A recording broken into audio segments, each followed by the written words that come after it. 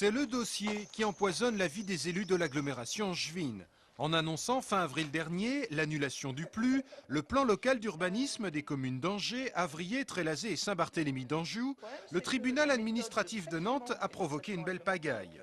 Ce plan, rappelons-le, établit les grandes orientations urbanistiques pour les années à venir.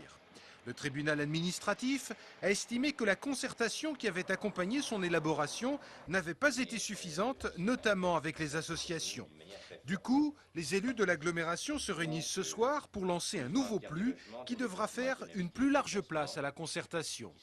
Nous allons organiser cette concertation de manière la plus décentralisée possible, la plus participative possible, de sens à ce qu'on fasse des allers-retours, non seulement par des questions et réponses, mais par des débats animés, parfois par d'autres personnes que des élus ou des techniciens, et nous ferons en sorte, bien sûr, d'enrichir le projet urbain.